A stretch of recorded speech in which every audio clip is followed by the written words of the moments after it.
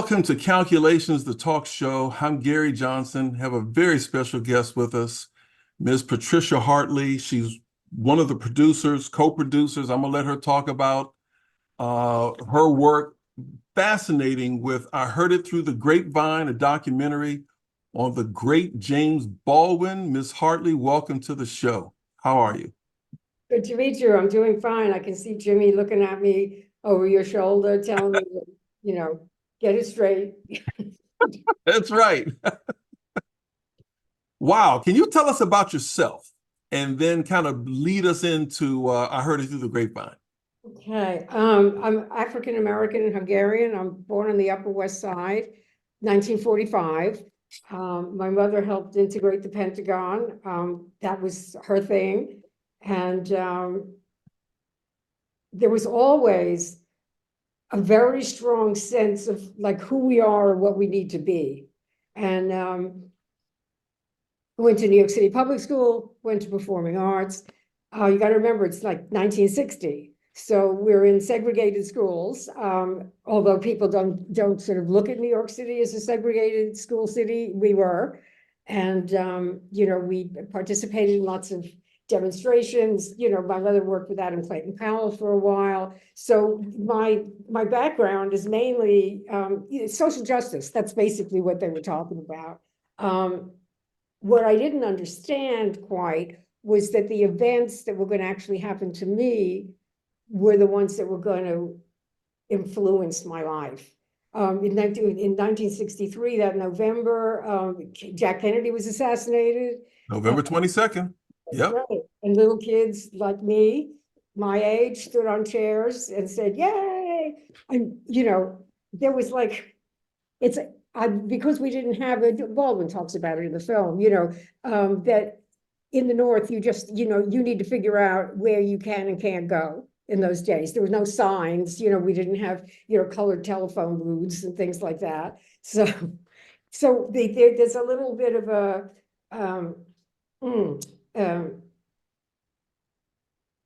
a way of thinking. That's what I want to say, a way of thinking.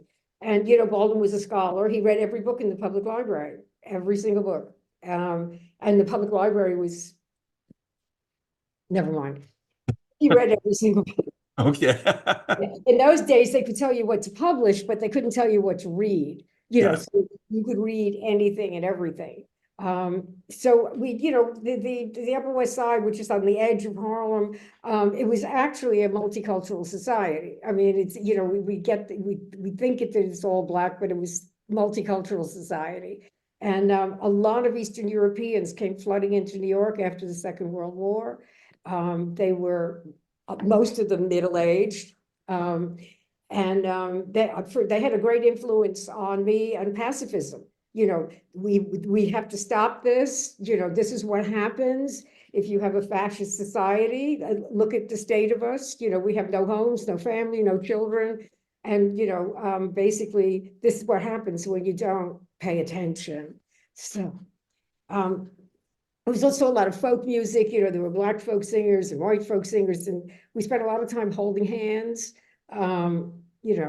singing about. Actually, most of the songs that I grew up with were gospel songs and American labor songs. Okay. Yeah, all that Woody Guthrie stuff. The big thing was at the moment was also jobs and unions. That was a huge moment, and then that kind of teeter-tottered out of importance, shall we say. In the film, a number of leaders talk about that. Once they started talking about economics, the whole civil rights movement started to fall apart. That they weren't going to have that part.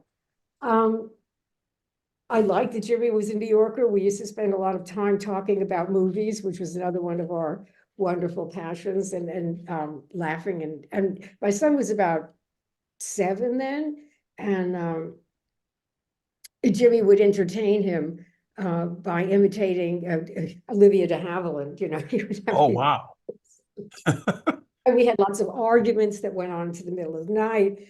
And when I actually left the country in 1968, it was right after the King assassination. I don't know, I felt like I'd had enough. And you got to remember, I'm an ordinary citizen. I'm not an activist. I'm not a poet or a writer, although I do make movies. But you know what I mean? That was not, Yeah. I don't come from that. So we're in London. A lot going on with the Vietnam War, lots of demonstrations at the American embassy, lots of American soldiers flooding around, people going AWOL, the Irish troubles, that was going on all at the same time. And so I don't know, a friend introduced me to Jimmy, and I was working on a documentary about the Kennedy assassination. That's what I was actually doing at the time. And you were talking about Europe earlier on. We got a lot of film footage you could get from the Europeans, which you could not see in the US. I mean, you couldn't see the Zapruder film, you couldn't see any of it in the US, but you could get it from, foreign television companies because they were here covering the whole thing. I actually met my husband, Dick Fontaine, at the spring mobilization against the war. And I thought, oh, this is kind of interesting. You mean if you photograph everything, right, then people can't say that that didn't happen. It's a different kind of, I was looking at movie making, I was looking at a whole different thing. And also the idea that you can't really trust the press, this was a different idea. So my friend and I went off to London. We immediately got arrested because they decided at Parliament that they were going to repatriate all people of color back to wherever they came from. So we got off the plane. Wow. Excuse me. What's going on here? This is like, Man. So we we met this Irishman he actually did Radio Caroline, which was breaking the back of the BBC, the chokehold that they had on news. And, he was Irish and he wanted to do this documentary. And so we got all this film footage, and here I am looking at all this stuff from when I was a kid, looking in 1964, the Goodman Chandy Schwerner murders. I have a little kid. I'm just looking at it and I'm thinking, what's happening? Does anybody even know? So Jerry and I were having one of many conversations, and we were thinking about what are we going to do for the children? What do we get? We have to leave some sort of record somehow. You have a lot of Holocaust deniers at the moment. Oh, yeah. All kinds of crazy stuff going on. And I'm thinking, oh, there's all kinds of crazy stuff going on, but we could do that. So he was adamant that the film not be about him. So the film is not about James Baldwin. It's about the people that he met, during those years during the Civil Rights Movement. Let me ask you this. When did you meet him and under what circumstances? Okay, I can see him looking. All right, I'm going to tell the truth. There was an English woman producer working for the newly independent television station. And he was supposed to do a documentary and he didn't like it. He wasn't going to do it. Didn't like it at all. So it was actually a social meeting. We met in a restaurant. She introduced us. We were saying, and he lives around the corner from me. So we were talking. And I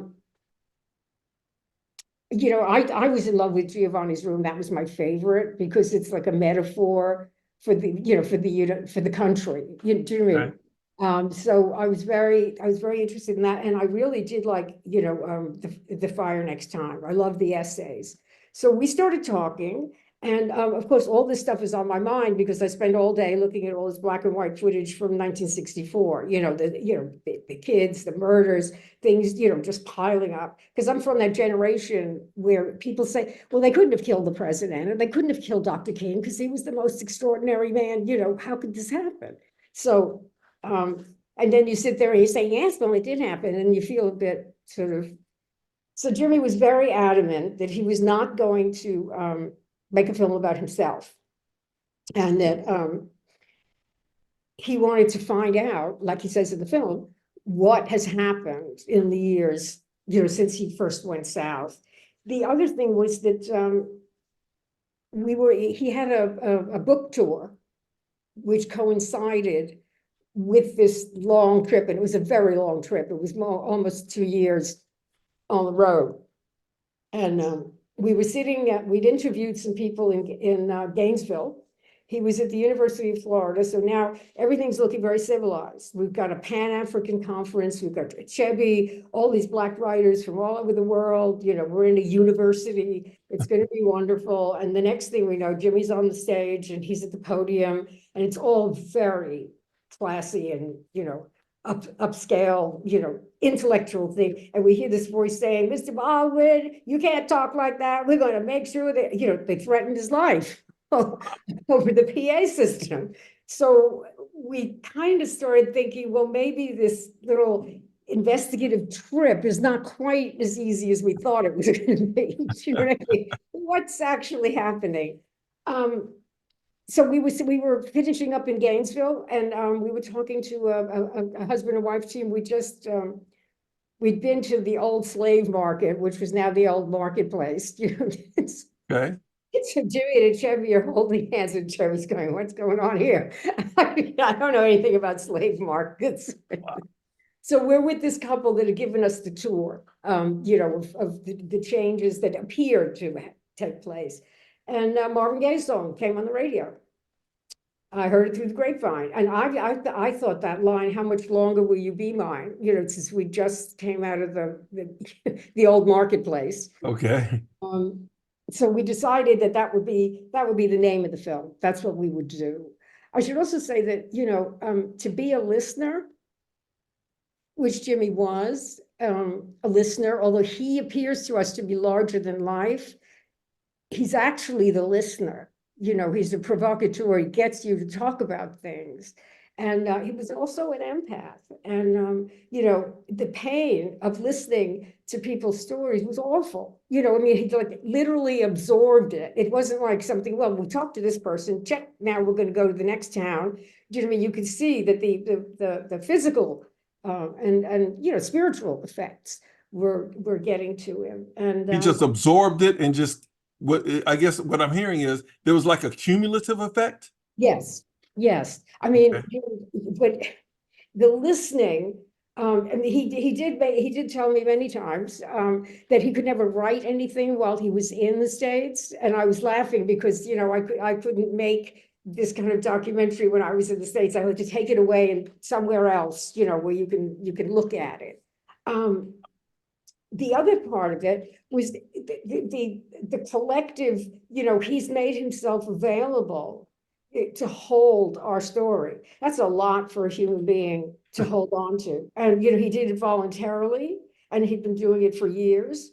You know, people used to come up to him and spit on him for being a gay Black man. You know, we'd be in a restaurant and people just thought, well, you know, we can do it. We can say anything we want to this man. I mean, it wasn't a pleasant time to actually be with him in different public situations. So what did we find out? Like I said, my son came on the trip with me. So, you know, he and Jimmy used to go to all the gospel tent events. Okay. So it was like it was a musical tour as well. And, you know, for me, you know, each one of us had a different agenda. You know, I mean, Baldwin's agenda was historical. Where are we now and what happened? Dick Fontaine's agenda was, you know, the lyricism of history.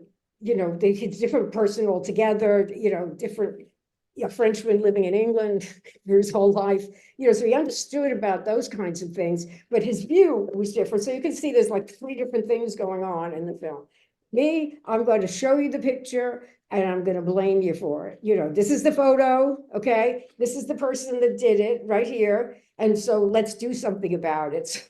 So, but also because of my son, I was thinking, and, you know, my mother was extraordinarily brave woman. I mean, you know, she was not, again, she was like one of Baldwin's interviewees, you know, she was a woman from the Bronx, you know, she studied Pittman, you know, that secretarial stuff that I could never figure out how to work.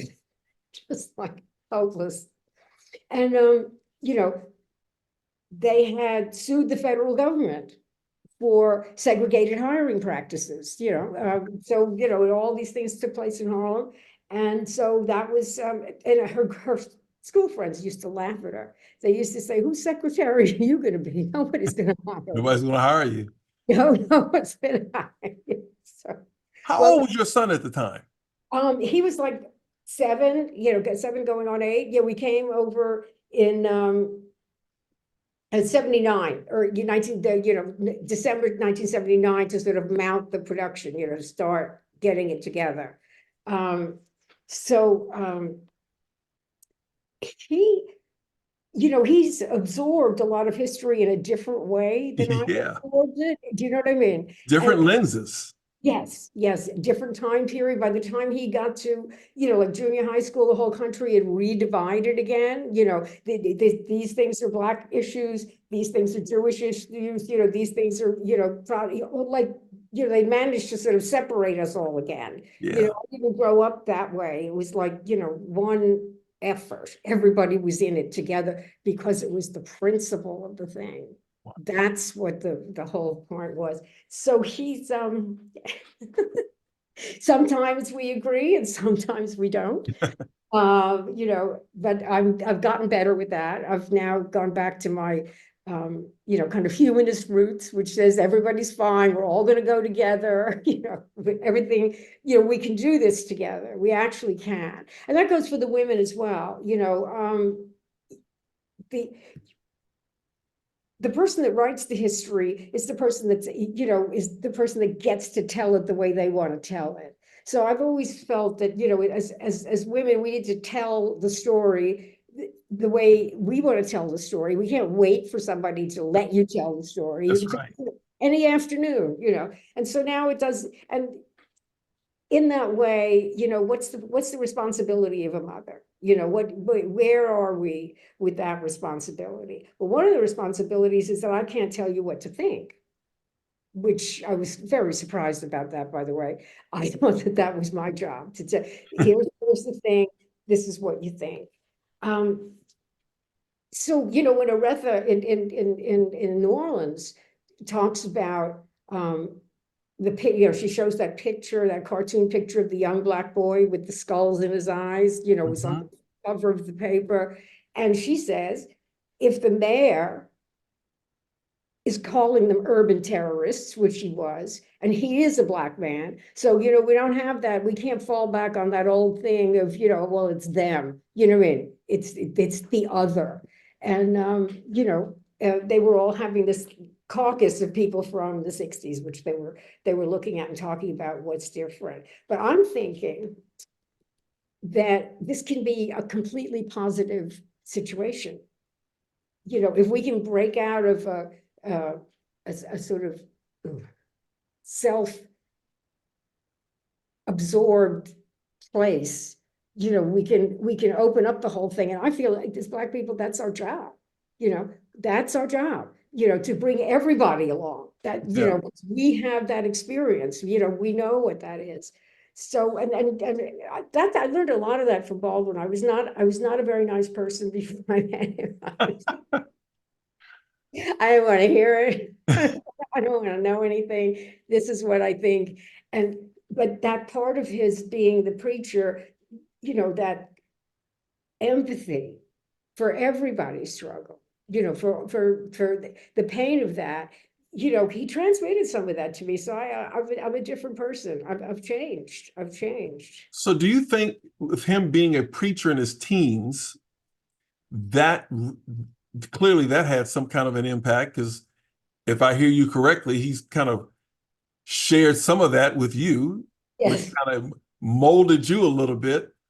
So that I get that aspect, and I'm listening to what you said earlier about the cumulative effect of the pain and the things that he absorbed and felt. What would he say about the film? I don't know, what would he say about the film? He would say, I can see you looking at me, Jimmy. He's looking at me right over your head there. That's right. He would say that it doesn't lie, because he had horrible things with the press over the years. Remember, you're talking about a gay Black man in the 1950s, and it was still not such a hot. That's right. Still not hot. It's not so good now. No, exactly. So the idea, so he knows about that. He also knows about being discriminated against by your own people. He knows about the whole thing. But let's say the biblical part of him, where we're all God's children. Do you know what I mean? We're all, everyone, even the ones that are diametrically opposed to us, or they still have a right to be that way. So, when he says in the film, it doesn't matter what you think, it just matters what we think.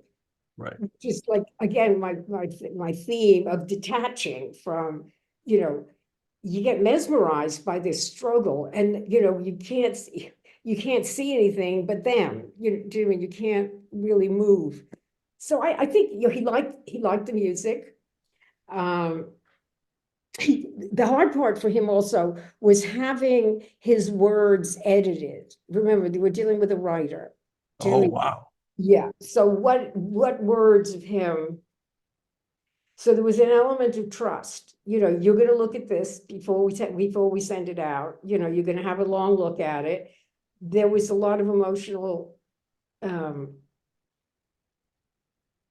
thinking on both the parts on all our parts. I didn't have that problem because I'm looking at the library footage. So, this is what somebody said, and that's what it is. But for Jimmy to have his words edited, I thought that was very kind of him, to let that happen, because he wanted the stories of the people in the film to get told. That's what he wanted. And if he could be the person that directs our attention. I mean, we got a big problem with the vote. There's always a problem with the vote. I mean, acting like this is like the end of days. I mean, come on. We've got gerrymandering, we've got all kinds of crazy stuff going on. But the idea that the vote is a sacred activity, whatever spiritual things that you follow, it's a sacred activity. It means that you get to say something on your own behalf and on behalf of people that you love. That does not mean you get the right to, to kill them all. That's not Right. what it means. Right. It means it's the vote saves my soul. It doesn't reorganize the rest of the world necessarily. And him seeing that, remember, the fire next time, straight out of the Bible, no more water. God gave Noah, he was always telling me that, the rainbow sign. And Jerome was very, very moving. One of the things that he says, which is not actually in the film, but he talks about when they would get locked up when they were little kids, on the freedom rides and stuff. They all had pages of the fire next time. Each of them had 2 or 3 pages, and they would Wow. sit in the prison and read it, which was just, yeah. I mean, Wow. he's been in and out of favor or flavor many times in history, including in the Black literary community. There was a lot, that he was an Uncle Tom, that he didn't really know what he was saying, that, he was from another era, that he had sold out. There was a lot of unpositive energy, but that always, right, just, whatever the person did, the words were helpful at a time when little kids were being locked up in prison. And that includes little boys and little girls. They didn't leave the little girls out. They just locked them up with everybody else. So today, now I'm going to get off my soapbox any moment now. What am I thinking?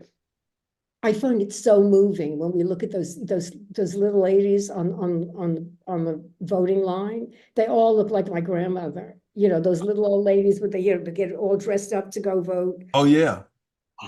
Yes, I mean, we can do that. And it doesn't matter how long they keep us out there, we'll put up taco stands, stop worrying about those people. Of course, there's going to be opposition to it, but we can all stand up together. And that's the legacy. That's the legacy we leave the kids. I mean, it was just I'm so enthused by that.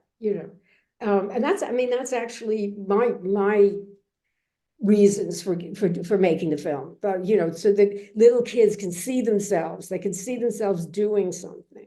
I'm struck by something you said maybe 5, 10 minutes ago that I don't think I'll ever forget when I asked you what would he say about the film? And I believe you said it doesn't lie. Yeah, That's pretty heavy. That's high praise.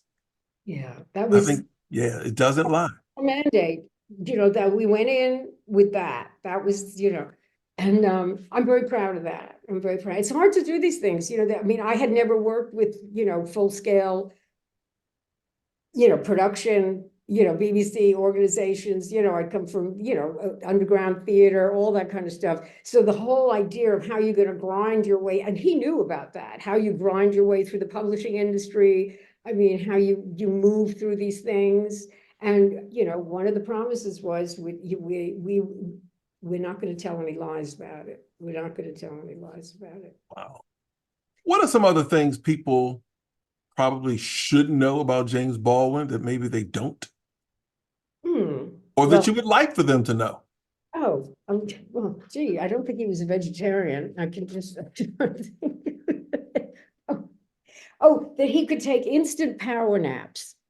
I'd be sitting there and because we went from event to event to event. And remember, he was the central focus of the event. So, and even when we went into these restaurants, and when that guy came up and spit in his face and said, how could you, go tell it on the mountain? How could you, expose the community like that? He did not react with anger and violence. I don't know how he did that. He did not scream or push people away. It was almost like he made himself visible in a very quiet way. That visible in the sense that you can't you can attack me, but you really can't hurt me. Because I'm not going to let you. I'm not going to let Right. you into that. So the power naps, I'd be sitting there talking to him. We'd be doing something, and he'd be sitting up straight, and he'd be asleep. Because the thing he did was really take care of himself, because Okay. very exhausting, the kinds of things that he would do. And they wouldn't end at the moment that you were doing them. Then there was the getting together with the friends, and, you kind of see it in the Newark, he finishes talking and then he runs into Baraka, and then they have to go, Baraka basically kidnapped us, he Okay. kidnapped us and dragged us to Newark, that's not where we were going. So that keeping the focus, don't be distracted by what you're hearing and what you're seeing around you. That's also part of being the preacher, you're being in touch with the spiritual. Stay on it. Don't let it distract you. Wow. Because you are a witness, and you can't be a witness if you're, foaming at the mouth, getting shot, Right. I mean, you're basically useless when you kind of do stuff like that. Well, Wow. that's just my opinion. That's So just, he was modeling the appropriate behavior. He knew yeah, what was important to him, yes. and he just stuck Remember, to it. yeah, it was all nonviolent. You have to Right. remember, that was the central core of the thing, is whatever this is how we do it, and Right. this is what we're doing, and we're not going to be diverted into, becoming violent, Right. now, and what he was looking at when we went on the tour, when he's looking at it with the refugees, she was saying, I mean, look at this, we're calling our kids, urban terrorists, I mean, that's why your work is really great. You just keep doing it. And, it does have it has a mood. What am I trying to say? Yeah, there's a mood. There's a mood about it.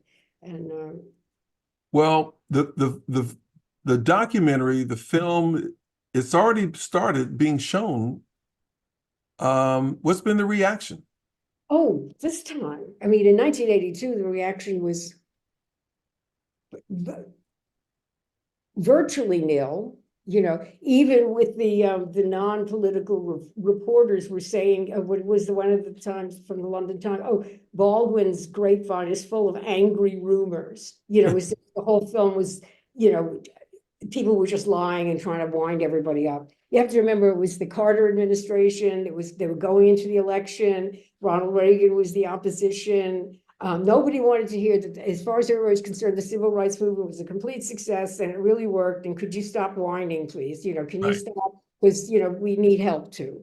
That's kind of, so, and the school teacher from Newark brought her whole class like for 4 days. It was nice. It was nice.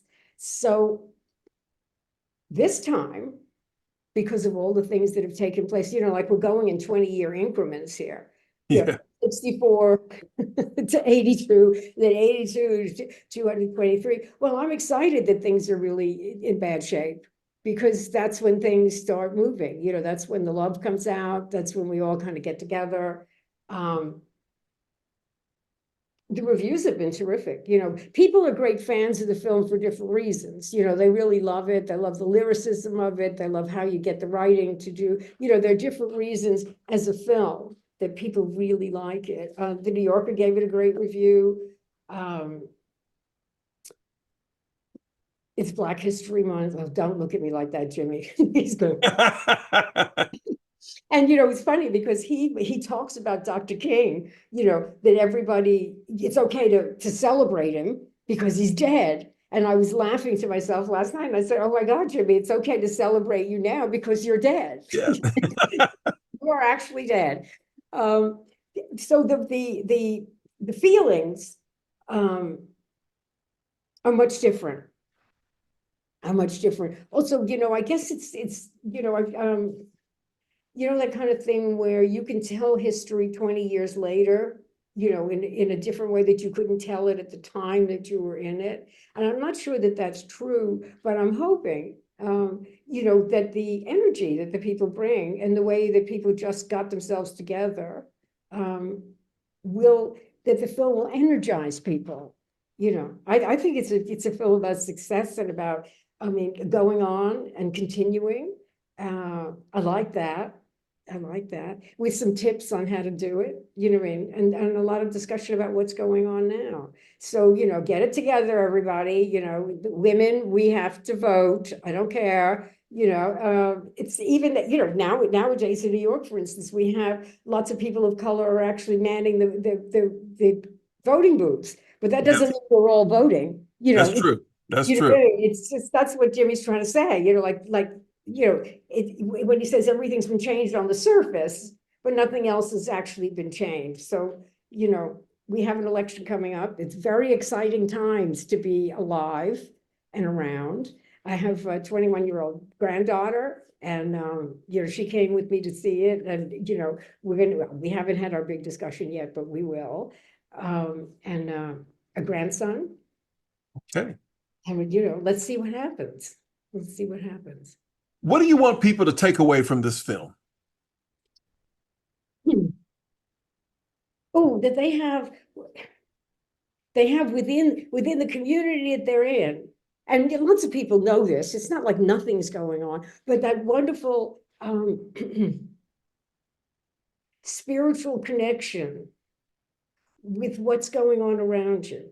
And how, and how are we going to live that? How are we going to do that? How can we embrace the people in our own community that we don't like, or that, are having difficult times? The years, listen, the Vietnam War is like, oh my God. That's what I want them to take away from it. There's somebody in your building, down the street, in the hall, maybe in your local church, just ask them, what was it like for you? I asked one of the poll workers, and she said, oh yeah, I remember it just like it was yesterday. And get them to tell you the story, be a listener, go around and listen to some people, see what they have to say. It's soul gratifying. Do you know what I mean? Soul gratifying. All right. I like that. So the film is available for screenings and. Yes, and it's going to run at the Film Forum, I think, till this Thursday. Then there'll be one in Philadelphia, small theaters across the country. But my plan is also to just put it out to the schools. I have some friends that teach at Martin Luther King School, that they can just have it and run it and use it as part of their history lessons. That is great, because I'm doing some work with my local African-American cultural society. Great. So that's a great idea. Yeah, And what's really nice is that people have all kinds of different ideas about what's happened in the film, what's actually going on. Well, why did he say that? And I don't think this is true. And what I mean, should we do it this way? And yeah, and the music's good. The music's good as well. We're going to put the schedule on blackmeninamerica.com, Okay. and we're going to embed the interview there. It's going to be on our YouTube channel and on all of our social media platforms, along with your website and ways that people can get in touch with you. So, wow, Patricia Hart, this has been great. Thank This has you. been great, great, great. I appreciate it so much. Any final words? Um, yeah, let's see what happens. Let's meet after the election and see what happens. Let's do it. Yeah. Let's, as they say, as the younger generation says, slap. Yes. Sounds like a plan. Okay. I just learned that. Okay. Thank you so much. I'm going to take that with me now, so that my grandchildren don't think I'm like, oh my God. I know you say, oh, next time you text them, just text SLAP. They're like, what? Sounds like a plan. Come on, get with it, kids. Beautiful. Thank you so much. Thank All you. right, thank you.